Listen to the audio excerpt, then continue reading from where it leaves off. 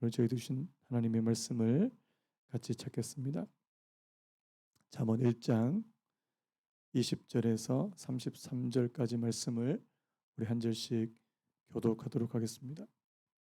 잠언 1장 20절에서 33절까지 말씀을 우리 한 절씩 교독하겠습니다. 제가 먼저 읽겠습니다.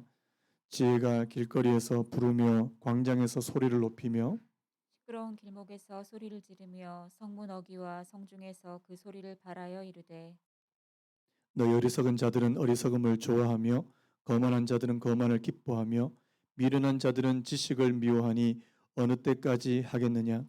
나의 책망을 듣고 돌이키라. 보라, 내가 나의 영을 너희에게 부어주며 내 말을 너희에게 보이리라. 내가 불렀으나 너희가 듣기 싫어하였고 내가 손을 폈으나 돌아보는 자가 없었고 도리어 나의 모든 교훈을 멸시하며 나의 책망을 받지 아니하였은즉 너희가 재앙을 만날 때에 내가 웃을 것이며 너희에게 두려움이 임할 때에 내가 비웃으리라. 너희의 두려움이 광풍같이 임하겠고 너희의 재앙이 폭풍같이 이르겠고 너희에게 근심과 슬픔이 임하리니 그때 너희가 나를 부르리라. 그래도 내가 대답하지 아니하겠고 부지런히 나를 찾으리라. 그래도 나를 만나지 못하리니 대저 너희가 지식을 미워하며 여호와 경외하기를 즐거워하지 아니하며 나의 교훈을 받지 받지 아니하고 아니하고 나의 모든 책망을 업신여겼음이니라. 업신여겼음이니라. 31절까지 읽으시. 33절까지. 그러므로 자기 행위의 열매를 먹으며 자기 꾀에 배부르리라. 어리석은 자의 퇴보는 자기를 죽이며 미련한 자의 안일은 자기를 멸망시키려니와. 같이 읽겠습니다. 오직 내 말을 듣는 자는 평안히 살며 재앙의 두려움이 없이 안전하리라. 아멘. 오늘 말씀의 제목을 한번 따라해 보시겠습니까? 지혜가 우리를 부른다. 지혜가 우리를 부른다. 제가 마스크를 벗었습니다. 이 앞에 김이 서려가지고 도저히 안 돼가지고 양해해 주시죠. 오늘 이 잠언 말씀으로 하나님께서 저희들에게 은혜를 주시기를 간절히 바랍니다. 저희들이 잠언 1장 말씀을 이 수요일에 계속 살펴보고 있는데요. 여러분, 잠언을 하나님께서 저희들에게 주신 목적이 뭐라고 되어 있냐니까 지혜와 훈계와 명철의 말씀을 깨닫게 하시기 위함이다. 여러분, 하나님께서 이 잠언을 주신 것은 우리로 지혜롭게 하기 위해서요. 그리고 명철하게 하기 위해서. 그래서 우리가 이 땅을 살 때에도 지혜롭게, 공의롭게, 정의롭게, 정직하게 살게 하기 위해서 이 잠언을 주셨다고 우리가 1장 앞부분에서 말씀했습니다. 그리고 그 지혜의 시작이 뭐라고요? 여러분, 지혜의 근본은 뭡니까? 한번 따라해 볼까요? 지혜의 근본은 하나님을 경외하는 것이다. 하나님을 경외하는 것이 모든 지혜와 지식의 근본이다. 다른 말로 시작이다. 이렇게 말씀하고 있다는 사실입니다. 왜 이렇게 말합니까? 바로 모든 지혜는 바로 하나님으로부터 나오기 때문이라고 말씀하는 것입니다. 여러분, 하나님은 지혜와 지식의 원천이 되시는 분이시다. 믿으십니까? 여러분, 우리가 지혜하면 떠오르는 인물이 누구라고요? 여러 인물이 있지만 그 중에서 가장 먼저 떠오른 사람은 솔로몬 아닙니까? 지혜하면 솔로몬. 이 솔로몬이 하나님 앞에 간절히 뭔가를 구할 때 하나님께서 물으셨잖아요. 뭘 원하냐? 그럴 때 지혜를 원했는데 어떤 지혜를 원했습니까? 하나님, 이스라엘 백성들을 재판을 해야 되고 이 수많은 백성들을 재판해야 되는데 내가 그 사람들의 이야기를 듣고 판결을 내릴 수 있는, 올바른 판결을 내릴 수 있는 그런 지혜를 내게 주시기 원합니다. 여러분, 이 지혜를 하나님께서 주셨습니까? 안 주셨습니까? 주셨다는 거예요. 그래서 여러분, 그 열왕기상에 보시면 이 솔로몬의 유명한 재판이 나옵니다. 그 내용 아십니까? 자, 두 여인이 찾아왔어요.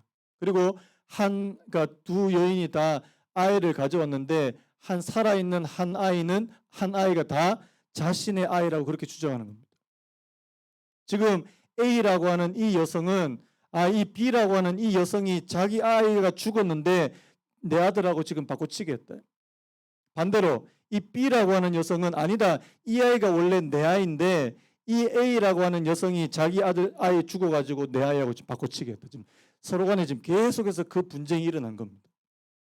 여러분, 오늘날 같으면 쉽게 해결할 수 있어요. 유전자 검사하면 다 나옵니다. 그런데 여러분, 그 고대 시대, 수천 년, 지금부터 수천 년 전에 이 이야기를 듣고 솔로몬이 뭐라고 판결을 내립니까? 자, 너도 이 아이가 너 아이라 그러고, 자, 당신도 이 아이가 너 아이라 그러니까 반 쪼개자, 반 잘라서. 공평하지 않습니까? 반반으로. 그래서 쪼개서 나눠줘라. 이렇게 판결을 내린 겁니다. 그러니까 한 여인은 그렇게 하시죠. 반 잘라서 그냥 나누십시다. 저는 그 여자가 참 어리석다고 생각이 되는데요. 그런데 이 아이의 진짜 엄마는 나는 못합니다. 차라리 이 아이를 저 여인에게 주십시오. 여러분 이건 뭘 이용한 겁니까? 이 어머니들의 모성애를 이용한 그런 판결 아닙니까? 솔로몬이 뭐라고 말합니까? 이 여인에게 차마 이 아이를 죽일 수 없다라고 이야기하는 이 여인이 진짜 어머니다. 여러분 그 판결을 듣고 거기 있는 모든 사람들이 다 놀랐다는 거예요. 왜요? 하나님께서 주신 지혜였기 때문이라는 사실. 여러분 하나님은요 오늘 이 솔로몬이 사람들의 그 재판, 이 판결을 내리는 사람들을 재판할 때 필요한 지혜를 주실 뿐만 아니고요. 오늘 저와 여러분들의 삶 전체에서요. 우리가 이 땅을 살아가는데 필요한 모든 지혜를 하나님께서 저희들에게 허락해 주시는 분이신 줄로 믿습니다. 여러분, 오늘 저와 여러분들의 인생에 때때로 중요한 결정을 내릴 때가 있습니다. 우리 아이들 같은 경우에는 이제 앞으로 이제 진로를 결정해야 돼. 어디로 가야 될지, 대학은 어디로 가야 될지, 그리고 나중에 좀 더 크면 직장도 선택해야 되고, 좀 더 지나면은 배우자를 선택해야 되고, 뭐 그런 등등의 인생에서 중요한 결정 앞에서 여러분 너무나도 우리에게 필요한 건 뭡니까? 지혜라는 겁니다. 지혜. 성경에는요, 성경이 우리한테 자 너는 어느 대학 가라라고 말씀하는 구절은 없습니다. 성경에서 누구하고 결혼해라 그런 구절은 없어요. 또 어떤 사람 또 이 구절을 봐라 그러면서 또 그렇게 또 말하는 사람 그런 거 없습니다. 그리고 누구와 사업을 해야 되고 누구와 이 교제를 해야 될지 그런 것들은 성경에 나와 있지 않는데요. 그 대신에 성경은 우리에게 뭐라고 말씀하냐니까 하나님께서 주시는 지혜를 구하라고 말씀하는 겁니다. 왜요? 이 지혜가 이 모든 결정들을 하는데 너무나도 필요한 것이기 때문이라고 말씀하는 겁니다. 여러분, 오늘 저와 여러분들이 이 땅에 살면서 필요한 그 모든 지혜, 특별히요, 여러분들이 인생에서 누구를 의지하고 누구를 신뢰하고 우리의 신앙의 대상인 누구인지 그것도 바로 지혜라는 사실입니다. 여러분, 여러분들이 하나님을 알게 되고 하나님을 믿게 된 것도 하나님께서 그런 지혜를 주신 줄로 믿습니다. 왜요? 다른 사람들은 그 하나님이 믿어지지 않거든요. 자, 오늘 그 지혜가 오늘 말씀 보니까 그 지혜가 지금 뭐 하고 있습니까? 20절 말씀 보니까 그 지혜가 길거리에서 부르며 광장에서 소리를 높이며 시끄러운 길목에서 소리를 지르며 성문 어귀와 성중에서 그 소리를 발하였다. 여러분, 오늘 지금 이 지혜를 마치 누구처럼요? 사람처럼. 이걸 어려운 말로 의인화라 그러죠. 지혜를 마치 이 사람처럼 그렇게 묘사해서 지금 이 지혜가 뭐하고 있습니까? 소리를 높이고 있대. 광장에서 사람들이 많이 모이는 그런 광장이나 시끄러운 길목이나 성문이나 성중에서 소리를 높이고 있다. 자, 이 지혜가요. 이 사람이 막 외쳐가요. 그러니까 여러분 이렇게 생각하시면 됩니다. 그 길목 시장 사람들 많이 모인 데서 어떤 사람이 막 큰 소리로 얘기하는 거예요. 마치 그것처럼. 근데 또 재밌는 건 뭐냐니까 오늘 이 지혜라고 불리는 이 지혜라고 하는 단어가 그 원어에 보면 이게 남자인지 여자인지 알 수 있거든요. 이게 여성으로 돼 있다는 사실. 쉽게 말하면 지혜라고 하는 한 여인이 지금 소리를 외치고 있다는 사실. 이게 왜 재밌는 거냐 하니까 나중에 뒤에 한 5장쯤 가면 또 다른 여자가 나와요. 어떤 여자가 나옵니까? 음녀라고 하는 여자가 나옵니다. 여러분, 지금 두 여인이 지금 소리를 외치고 있어요. 자, 누구 소리 들어야 됩니까? 지혜라고 하는 여인의 소리를 들어야 된다는 것을 말씀하고 있다는 사실. 여러분, 보시면 아시겠지만 오늘 이 잠언을 보시면 이 여인들, 이 두 여인이 계속해서 나와요. 그런데 많은 경우에 여러분 오늘 하나님께서 저희들에게 이 가르쳐 주시는 것은 이 지혜라고 하는 이 여성의 말을 들으면 정말 복이 있습니다. 굉장히 복이 있습니다. 그런데 많은 경우에 이 지혜라고 하는 여성의 말을 듣지 않고 누구의 말을 듣는다고요? 음녀라고 하는 이 여인의 말을 듣고 따라갈 때가 많다는 겁니다. 특별히 어리석은 자들. 경험이 부족하고 이 지혜가 아직까지 지혜와 명철이 없는 아직까지 뭔가 이게 식견이 없는 그런 경험이 부족한 그런 어리석은 아들들은 누구의 말을 듣기가 쉽냐니까 바로 이 음녀의 말을 듣기가 쉽다는 사실입니다. 자, 여러분들 그런 관점에서 좀 보셔야 되는데요. 자, 특별히 오늘 말씀 보니까 이 지혜가 자 어디서 외친다고요? 다시 그 장소로 보시면 길거리, 광장, 시끄러운 길목, 성문 어귀, 성중에서 소리를 높입니다. 자, 이건 무엇을 말하는 거냐니까요. 이 지혜가 특정한 사람의 것이 아니라 모든 사람들에게 다 열려 있다는 뜻입니다. 여러분, 지혜는 누구나 얻을 수 있습니다. 믿으십니까?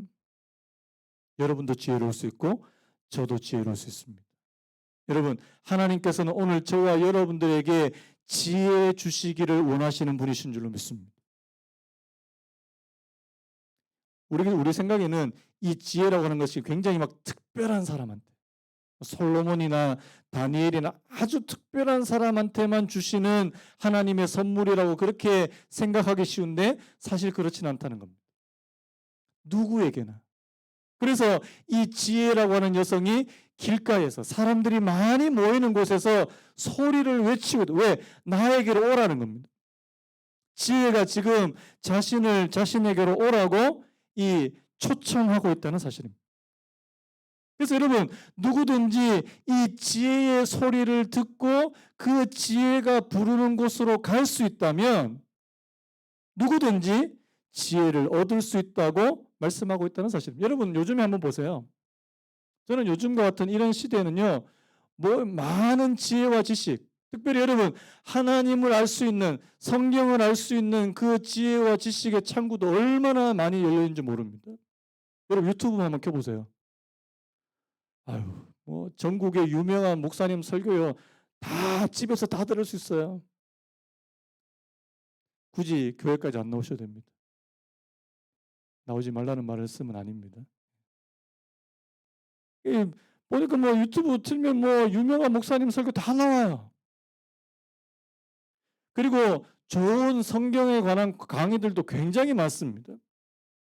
내가 마음만 먹고 내가 관심을 가지고 내가 열심히만 그렇게 하려고 마음만 먹으면 여러분 얼마든지 배울 수 있고요. 우리의 지식과 지혜를 더 넓힐 수 있는데 물론 이제 주의할 게 있죠. 이상하게 가르치는 분들도 있습니다. 뭐 이상하게 소리 이렇게 뭐 방언을 하는데도 뭐 이상한 뭐 짐승 소리 비슷한 소리를 내야 된다고 그렇게 막 가르치는 데가 있더라고요. 그래서 도대체 뭘 가르치는 건가? 여러분 하나님의 말씀을 잘 가르칠 수 있는 그런 곳에서요. 여러분 그래서 이 지혜와 지식이 지금 많이 열려져 있다. 문제는 뭐예요? 그 지혜가 소리는 그 외치는 그 소리를 듣고 지혜가 있는 쪽으로 오느냐가 중요하다는 사실입니다. 여러분 하나님의 말씀 성경에 대한 설교는 너무나도 많습니다. 그런데 그 하나님의 말씀대로 내가 그렇게 따라오느냐 그게 중요하다는 것이죠.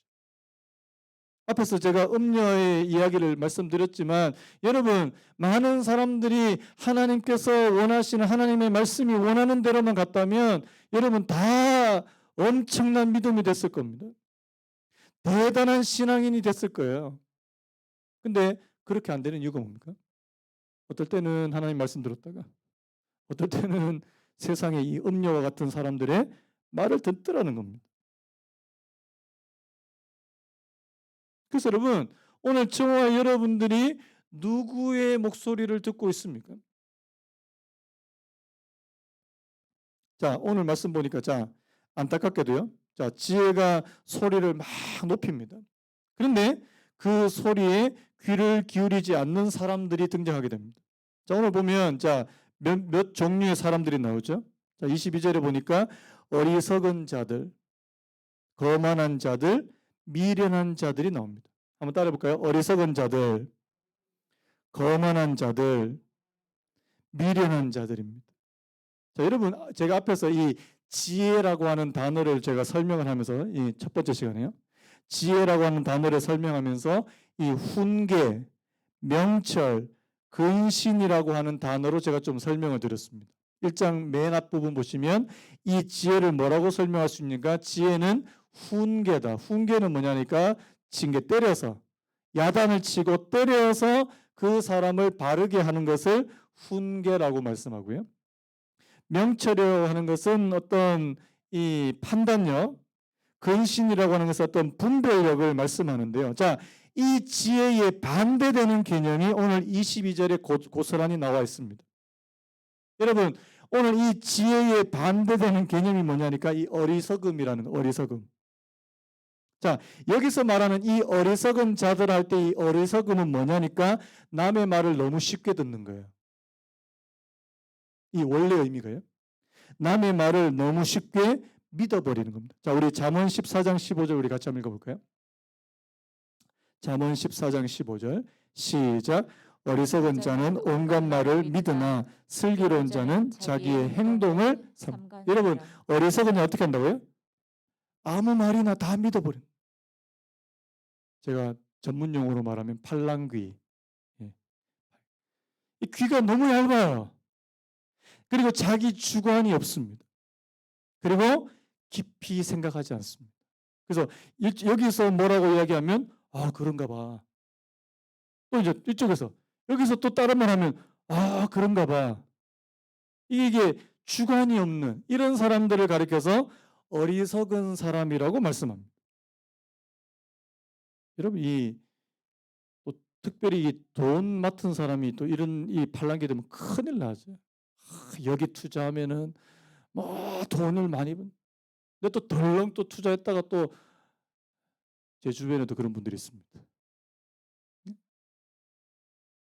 차라리 안 들으면 좋은데 이 남의 말을 너무 쉽게 그냥 받아들이고 믿어버리는 이 첫 번째 이 어리석은 자들의 특징이고요.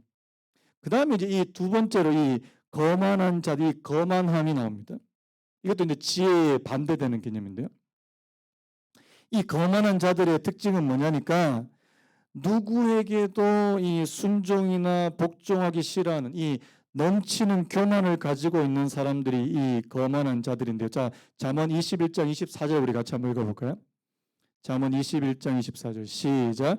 무례하고 교만한 자를 이름하여 망령된 자라 하나니 이는 넘치는 교만으로 행함이니라. 여러분 넘치는 교만. 이 넘치는 교만이란 말은 뭐냐니까 다른 사람의 말을 좀처럼 들으려 하지 않는 사람.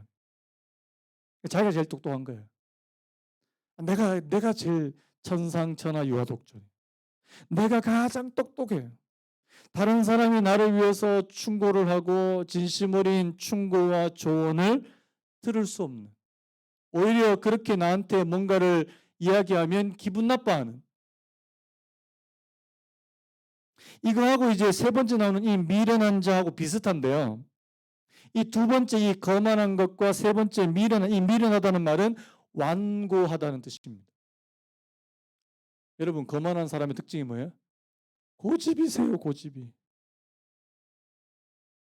저도 좀 고집을 많이 그래도 꺾급했는데 저도 뭐 고집을 근데 왜 그 고집 앞에다가 왜 이상한 단어를 하나 붙이잖아요. 무슨 고집. 예, 그런 고집이 있는 분들이 아니 고집 안 부려야 될 때 고집을 부리고 또 진짜 또 고집 내가 진짜 좀 이렇게 의지를 가지고 고집을 부려야 될 땐 또 고집을 안 부리는 이런 분들의 특징이 뭐냐니까 새로운 것들을 받아들이기 힘들고 변화를 받아들이고 다른 사람이 어떤 조언이나 충고를 받아들이기 힘들어하는 받아들이기 싫어하는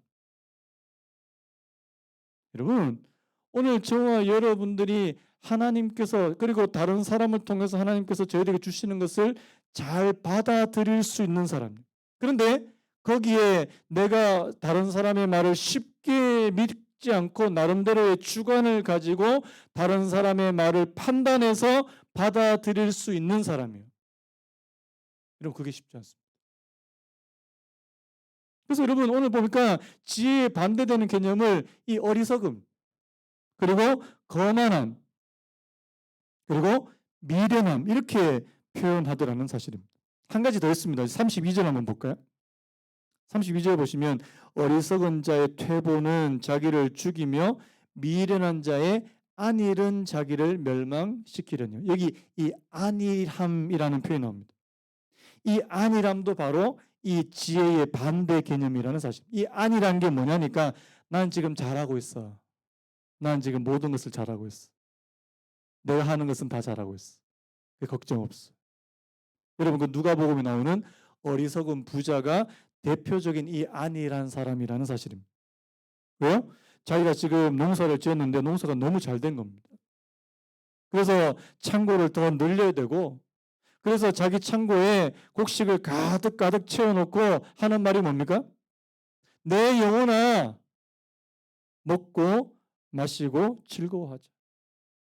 왜요? 지금 곡식이 엄청 지금 창고에 쌓여 있는 겁니다. 그러니까 나는 이제 아무런 걱정이 없다. 근데 하나님께서 뭐라고 말씀하십니까? 너 오늘 밤에 내가 네 영혼 찾아갈 건데. 여러분 영적으로 안일한 사람을 말씀하는 거예요. 영적으로 안일한 사람.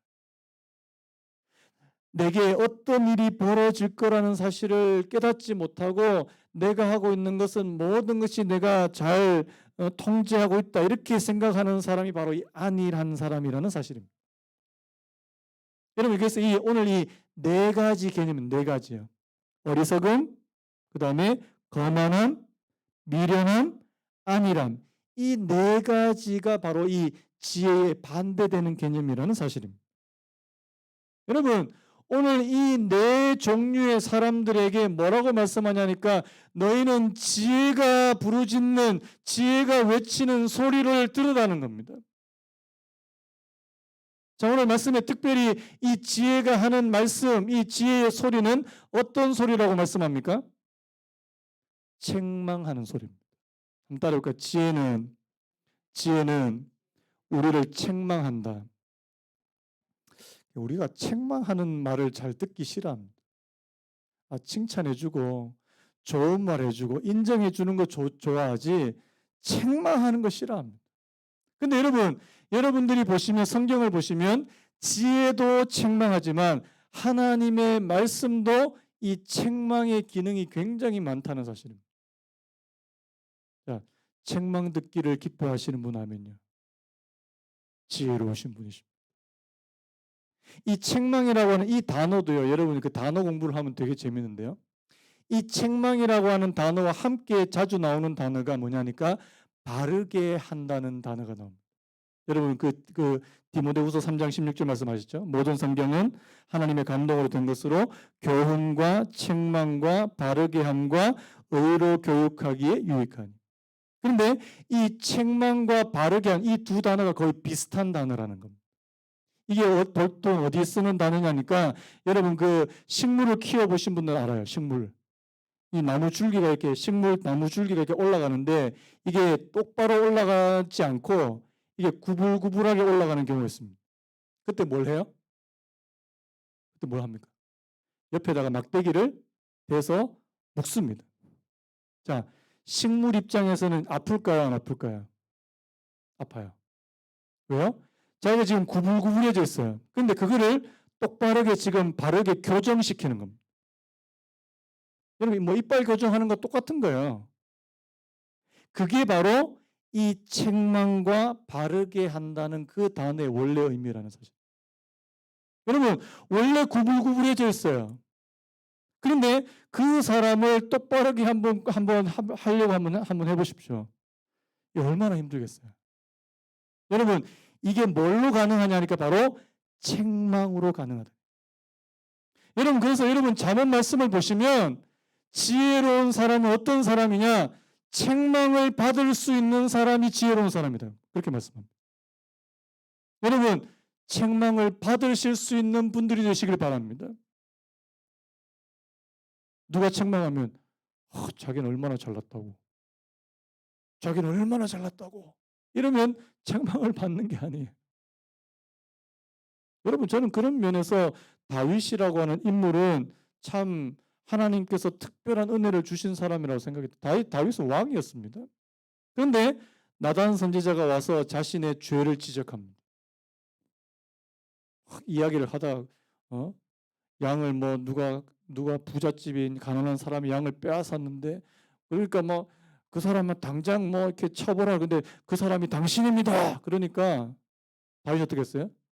그 자리에서 자신이 인정해. 내가 하나님께 범죄하였습니다. 여러분 이 사람은 하나님의 은혜를 받을 수 있는 그런 기회가 많이 주어진다는 사실입니다. 그런데요, 하나님의 말씀이 우리를 계속 책망합니다. 그 때로는 앞에 있는 이런 목회자가 개인적으로 상담할 때도 뭐 제가 책망까지는 못하겠지만 어떤 바른 소리를 할 때가 있습니다.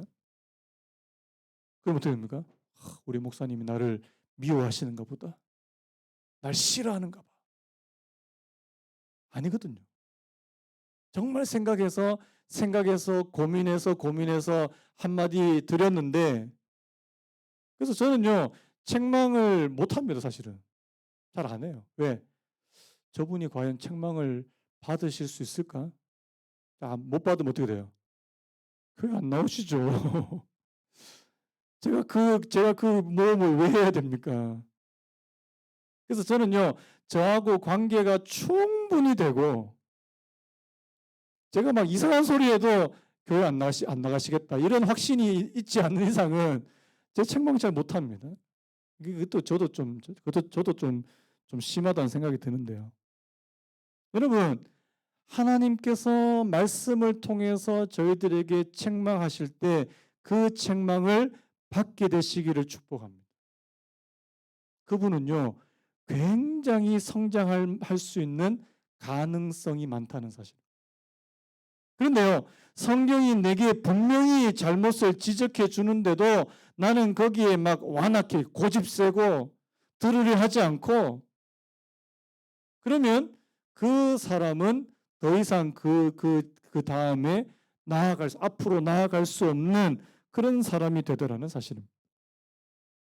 그래서 여러분 하나님의 말씀은 오늘 저와 여러분들을 겸손하게 만드시는 줄로 믿습니다. 겸손이시. 여러분 하나님의 말씀 앞에서 또 지혜 앞에서 겸손하게 되시기를 바랍니다. 자 그렇다면요 오늘 말씀 계속 좀 살펴보기 원하는데요. 자, 지혜가 지금 소리를 막 높이고 있습니다. 그리고 책망하고 있고요. 어리석은 자, 미련한 자, 거만한 자들을 꾸짖습니다.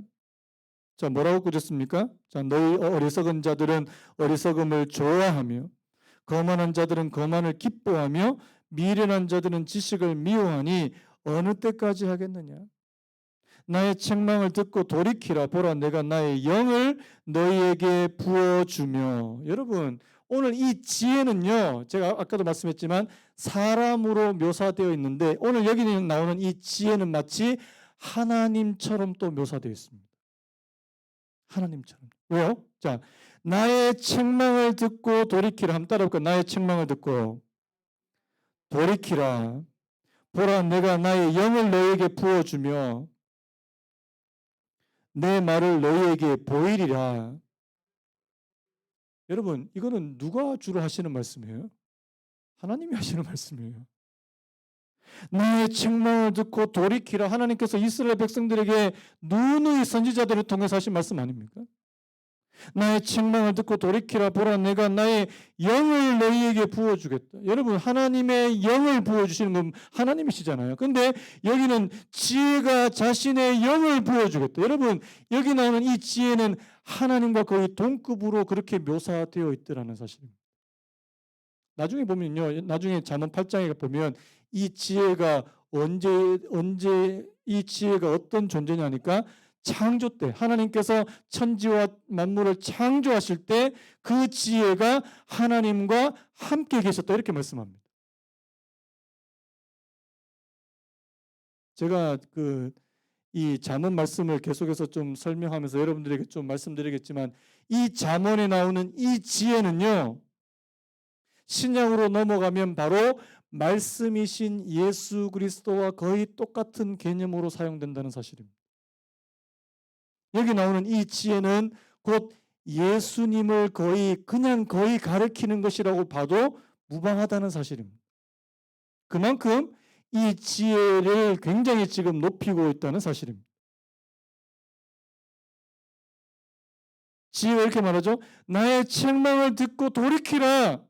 그러면 내가 나의 영을 너희에게 부어주겠다.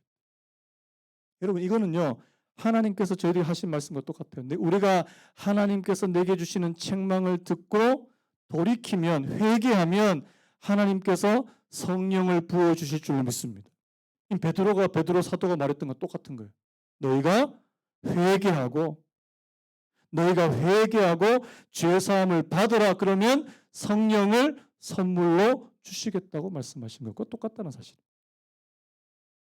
그만큼 오늘 여기 나오는 이 지혜가 중요하다는 사실입니다. 자, 그렇다면 이 지혜가 지금 소리를 많이, 아까도 말씀했지만 이렇게 소리를 높이고 이렇게 책망하는 그 이유가 있습니다. 자, 우리 26절, 27절 우리 같이 읽었으면 좋겠는데요.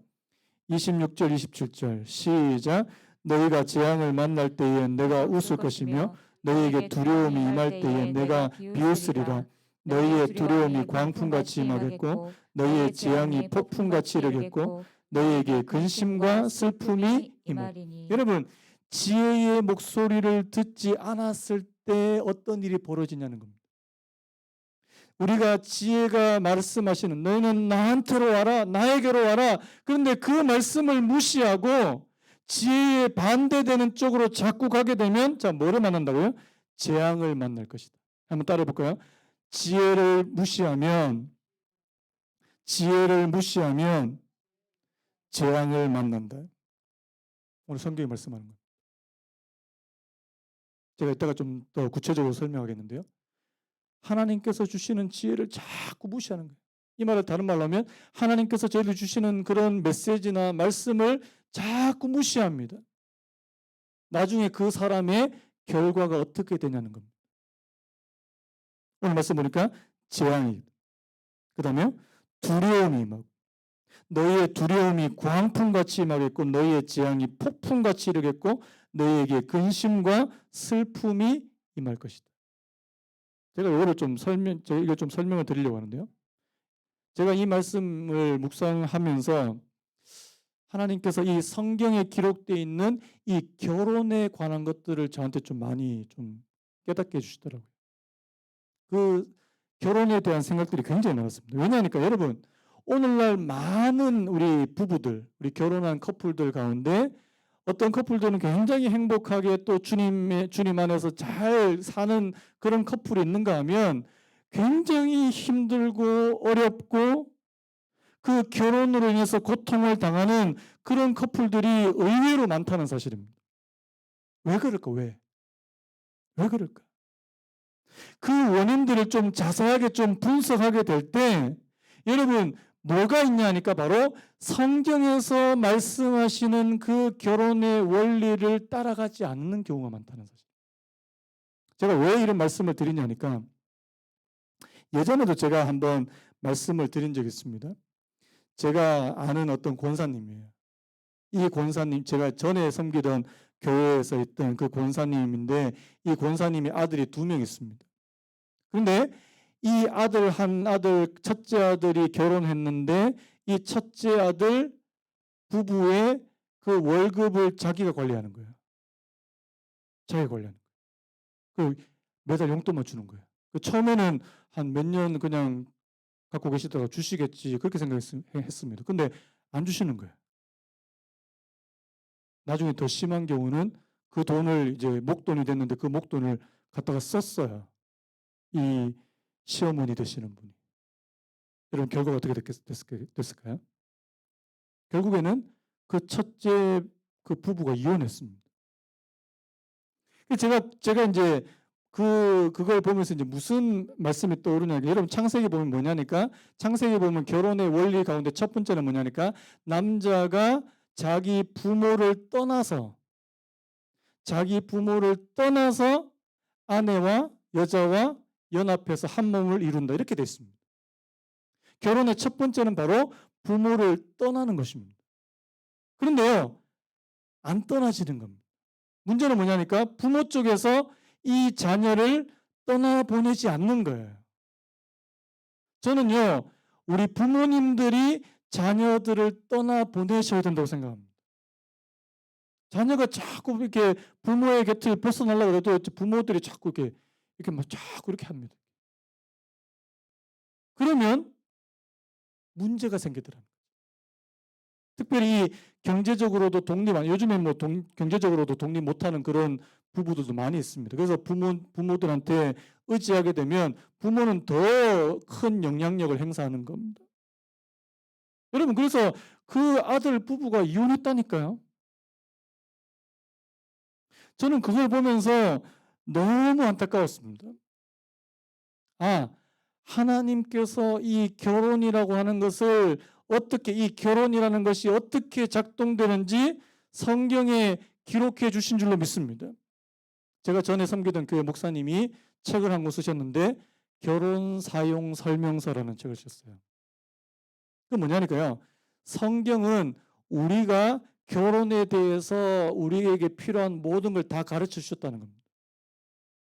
그런 의미에서 결혼 사용 설명서라고 되어 있습니다. 여러분, 하나님께서 가르쳐 주시는 대로 해야 돼요. 결혼은 하나님께서 만드신 제도인 것을 믿습니까? 아멘입니까? 그렇다면 하나님께서 가르쳐 주신 그 원리로 가야 된다는 겁니다. 그런데 문제는 뭐예요? 그렇게 안 한다는 거예요. 자, 제가 또 한 가지 경우를 말씀드릴까요? 저희 교회 초반에, 지금은 뭐 다른 데 이사 가셨는데 30대 초반에 젊은 자매가 저희 교회 오셨어요. 그런데 결혼을 한 지 얼마 안 됐는데 몇 년도 채 못 살고 이혼 소송이 있었습니다. 그 자매가요, 저한테 뭐라고 고백한 줄 아십니까? 목사님, 제가 돈 보고 결혼해서 이렇게 됐어요. 제가 돈 보고 결혼했어요. 실제로 그 자매의 그 친정 부모님들도 저 남자가 돈이 많고 재력이 있으니까 결혼해라 막 부추겼어요. 이 자매가 덜컥 결혼했어요. 물론 돈은 많은지는 모르겠는데요. 폭력에 또 너무나도 힘들게 그렇게 자기를 그렇게 괴롭혀서 결국에는 몇 년 못 살고 하게 됐는데 이혼도 그냥 쉽게 안 해줬어요. 이혼 소송을 무려 뭐 한 2년 이상 그렇게 끌었습니다. 여러분, 너무 괴로운 과정이에요. 너무 괴로운. 저는 그 결혼 생활이 힘든 것도 힘든 거지만 여러분, 저는 이혼 과정을 겪은 분들 옆에서 보면서 저는 너무 힘들겠다. 그 소송 과정이에요. 저는 예전에 그 TV 프로에 이혼 전문 변호사가 한 분 나오셨는데 이런 경우가 있었대요. 결혼 생활이 3년이었는데 이혼 소송 과정이 4년인 거예요. 피를 말리는 거 아닙니까, 완전? 왜 그런 고통을 당해야 했을까? 여러분, 우리가 배우자를 선택하고 우리가 하나님께서 주시는 이 배우자, 하나님께서 원하시는 배우자일까 생각할 때 여러분 뭘 고려해야 되는 겁니까? 물론 재정적인 여건도 고려해야 되는 거 맞아요. 뭐 나는 돈 안 번다 뭐 이렇게 말하는 분들 다 거짓말이에요. 솔직하게 말하면. 근데요, 그 배우자 될 사람의 어떤 인격이나 성품이나 신앙도요, 그 남자 하나님 안 믿었습니다. 제가 여기 뭐 다 결혼하신 분들 앞에서 내가 이런 이야기를 왜 이렇게 많이 하는가 싶은 생각도 드는데요. 나중에 우리 청년들이 좀 진짜 모이면은 진짜 이 결혼하기 전에 왜 결혼이 뭐냐부터 시작해서, 여러분 제가 왜 이런 예를 드냐 하니까 하나님께서 성경에 하나님께서 또 지혜로 미리 말씀해 주신 게 있잖아요. 그것대로 안 하더라는 겁니다. 왜요? 때로는 내 안에 욕심이 있고 때로는 고집이 있고 하나님께서 결혼이라고 하는 그 제도에 대해서 이렇게 설명해 주시는 그 말씀대로 하지 않더라는 겁니다. 그 결과가 어떻게 됩니까? 재앙입니다. 여러분, 지혜가 말씀하시는 대로 가지 않으면 그 결과는 재앙이라는 사실이에요. 두려움이 찾아오고 근심과 슬픔이 찾아오고. 저는 오늘 말씀에서 참 이게 뼈아픈 구절인 우리 31절 같이 한번 읽어보겠습니다. 31절 시작. 그러므로 자기 행위의 열매를 먹으며 자기 꾀에 배부르리라. 자기 행위의 열매다. 결혼이라고 하는 것을 하나님께서 주신 것으로 알지 못하고 그냥 결혼도 그냥 내 맘대로 해버리고 결혼 생활도 그냥 내 뜻대로 그냥 해버리니까 그 결과가 자기 행위의 열매를 먹는 것이더라. 여러분, 이거는 결혼에만 국한되는 말씀이 아니에요. 우리의 삶의 모든 부분이 하나님께서 저희들에게 말씀해 주시고 지혜가 저희들에게 말씀해 주시는 대로 가면 거기에는 평안과 안전함이 있는 줄로 믿습니다. 33절에 그렇게 말하잖아요. 오직 내 말을 듣는 자는, 한번 따라할까요? 오직 내 말을 듣는 자는 평안히 살며 재앙에 두려움이 없이 안전하리라. 지금 지혜가 뭐라고 말한 겁니까? 제발 좀 내 말 들어라, 내 말. 사춘기 애들한테 부모들이 하는 가장 많이 하는 말, 제발 말 좀 들어라, 말 좀. 안 들어요. 안 들어요. 뭐 저도 그 나이 때는 별로 안 들었던 것 같아요. 안 들리는 겁니다. 그게 지혜의 말임에도 불구하고 들리지 않는 겁니다. 여러분, 오늘 이 말씀은 비단 그냥 청소년 아이들, 사춘기 아이들에게만 해당되는 게 아니고요. 오늘 저와 여러분들 모두에게 다 해당되는 말씀입니다. 지혜가 부르짖습니다. 지혜가 소리를 바랍니다. 소리를 높입니다. 하나님의 말씀이 저희들에게 외치십니다. 그때 내가 그 말씀을 들을 수 있는 사람이다. 그 경고의 말씀을 들을 수 있는 그 들을 귀 있는 자들은, 주님께서 뭐라고 말씀하셨습니까? 들을 귀 있는 자들은 들으라. 여러분, 오늘 저와 여러분들이 하나님께서 하신 말씀을 들을 수 있는 그 들을 귀 있는 사람, 성도들 되시기를 예수님의 이름으로 축복합니다. 들을 귀가 없어요. 하나님의 말씀이 안 들려요. 그리고 이 말씀이 정말 중요하다는 사실이 이게 깨달아지지가 않아요. 그래서 하나님의 말씀을 계속 무시합니다. 그 결과는 바로 재앙이라고 말씀한다는 사실입니다. 그래서 여러분, 오늘 하나님께서 뭐라고 말씀하십니까? 지혜가 큰 사람들 많은 넓은 곳에서, 지금도 여러분 성경을 여러분들이 펼쳐 드시기만 하면 하나님의 말씀은 여러분들에게 말씀하고 계시는 줄로 믿으시기 바랍니다. 받으셔야 돼요.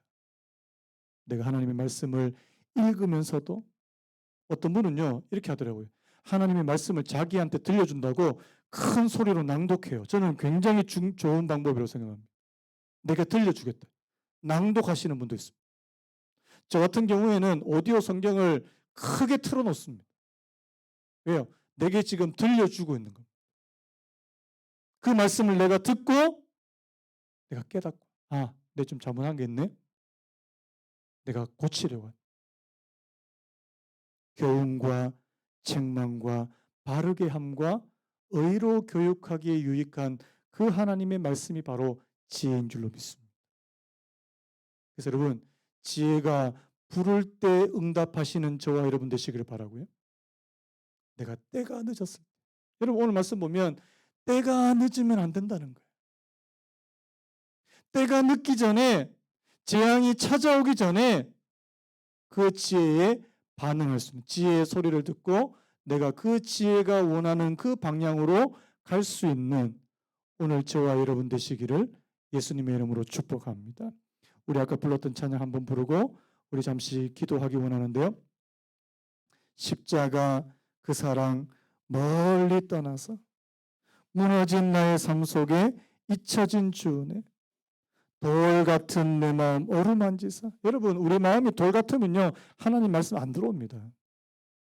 완악해진, 돌과 같이 굳어진, 고집스러운 하나님, 그 마음이 녹아지게 하옵소서.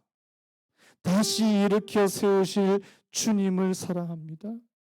여러분 오늘 이 말씀과 이 찬양 가사를 생각하시면서 우리 찬양 한 번 더 부르고 하나님 앞에 함께 기도했으면 좋겠습니다. 십자가 그 사랑, 십자가 그 사랑 멀리 떠나서 조금 따라해 보겠습니다. 무너진 나의 삶 속에 잊혀진 주 은혜,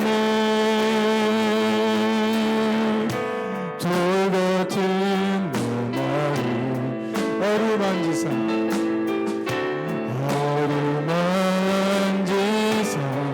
다시 일으켜 세우신, 다시 일으켜 세우신 주를 사랑합니다.